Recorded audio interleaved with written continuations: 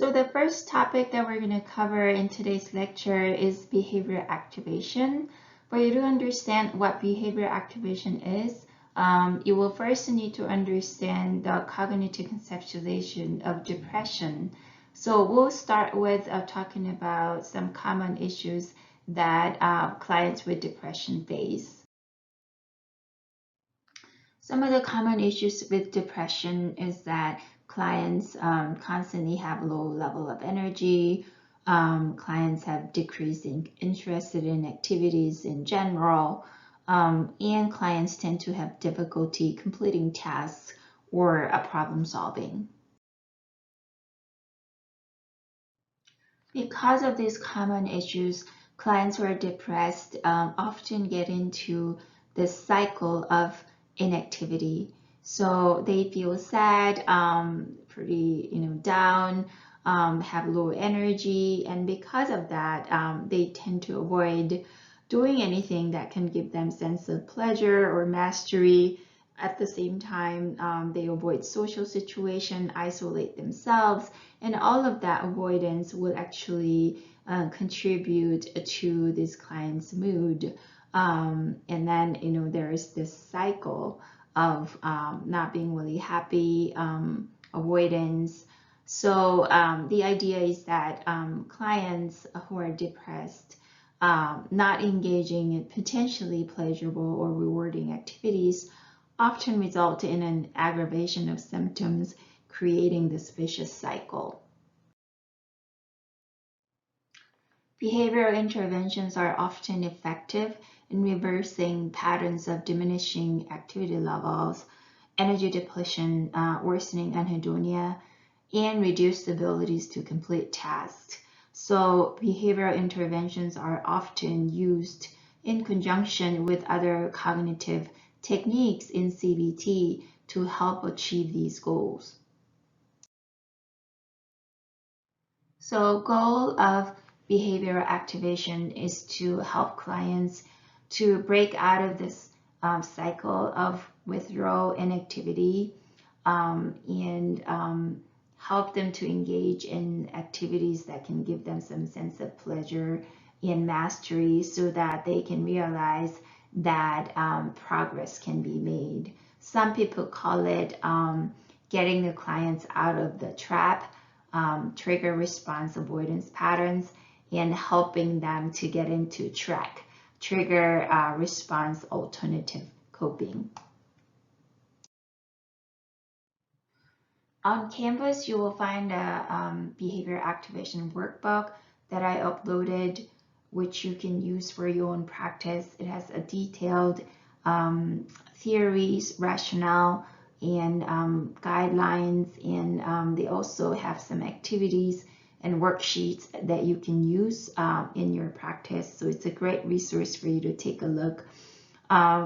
In my lecture, I'm just going to highlight some of the important steps that you could go through to facilitate behavior activation in your session. So first thing that you can do when facilitating behavior activation is to discuss your client's current daily schedule.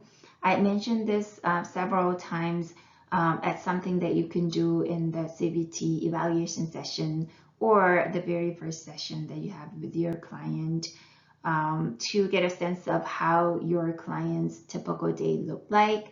Once you get into more of the working mode and start facilitating behavioral activation, you can revisit this.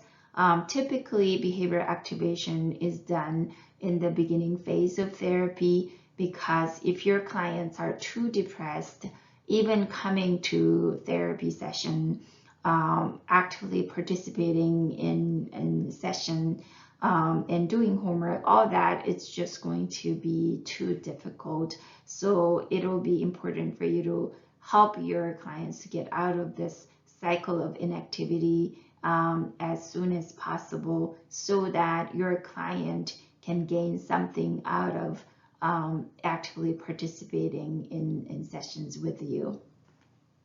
So basically what you do is to just write down from Monday to Sunday, just as early as your clients wake up in the morning. Just map out all the activities that your clients do throughout the whole day until they fall asleep. After you get a sense of your client's daily schedule, you can engage your clients in developing a list of pleasure and mastery activities. So basically what you do is that you can ask your clients to write down any kind of activities that they have done in the past, not doing anymore, or activities that they're currently doing, or activities that they have never done but have thought about doing sometime in the future. Any kind of activities that they think will give them a sense of pleasure. And you will have a separate list of activities that your clients believe that will give them a sense of mastery. Once you discuss your client's current daily schedule and develop a list of pleasure and mastery activities, you can go back to your client's daily schedule and see what kind of activities that your clients do might give the sense of pleasure and mastery. So for example, as you can see in this example, if your client ate out with her friends, on Monday, you can ask your client to rate the level of pleasure if your clients identify that as an activity that gives her a sense of pleasure on a scale from 0 to 10. Like, would you rate that? How would you rate that? So I put P8 here. So she finds this activity quite pleasurable for her.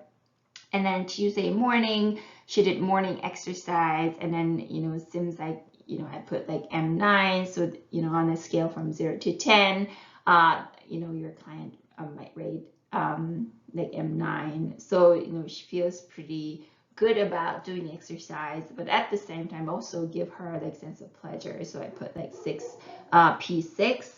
And then like on Wednesday night, she watched like TV for 3 hours, and then that was like P2. So you can kind of create these ratings together with your client and then see if there are areas that your clients want to make some change. So she might have other activities that's on that list of pleasure and mastery activities that's not on this daily schedule. So you can kind of see if there is an area where she can maybe because watching TV it's P2. So if she has other activities that's on that list that might give her like higher level of satisfaction, that she may actually think about reducing like TV time and then adding these other activities that could give her like higher sense of pleasure. So you work with your clients to kind of rearrange their daily activities using this list of pleasure and mastery activities. So we'll go through this exercise together in Zoom live class, looking at clients' daily schedule, developing lists of pleasure and mastery activities, and rating the client's current daily schedule with that list of pleasure and mastery. So we'll go over that together in Zoom class.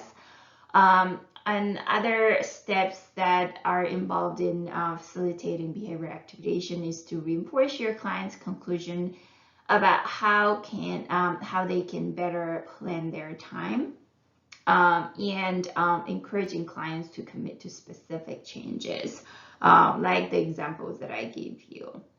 And while you're doing that, your clients might actually have some automatic thoughts about starting these changes, particularly if they are so used to being inactive and then they have to make all these changes.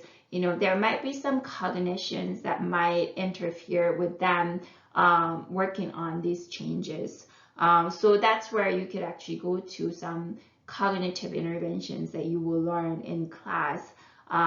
So by listing some automatic thoughts that your clients might have about making these changes and helping them to label those thoughts, and then helping them to evaluate those thoughts based on the validity and utility. And then, you might require some testing whether the automatic assumptions or thoughts may be actually true or not. So you can engage your clients in doing some cognitive interventions like that to really think ahead and then really help your clients to be ready for this kind of changes. And then you will assign some of these activities as assignment for your clients to work on outside of therapy. And you will want to highlight their strength and then really encourage your clients to give them credit for making these changes, no matter how little that change is.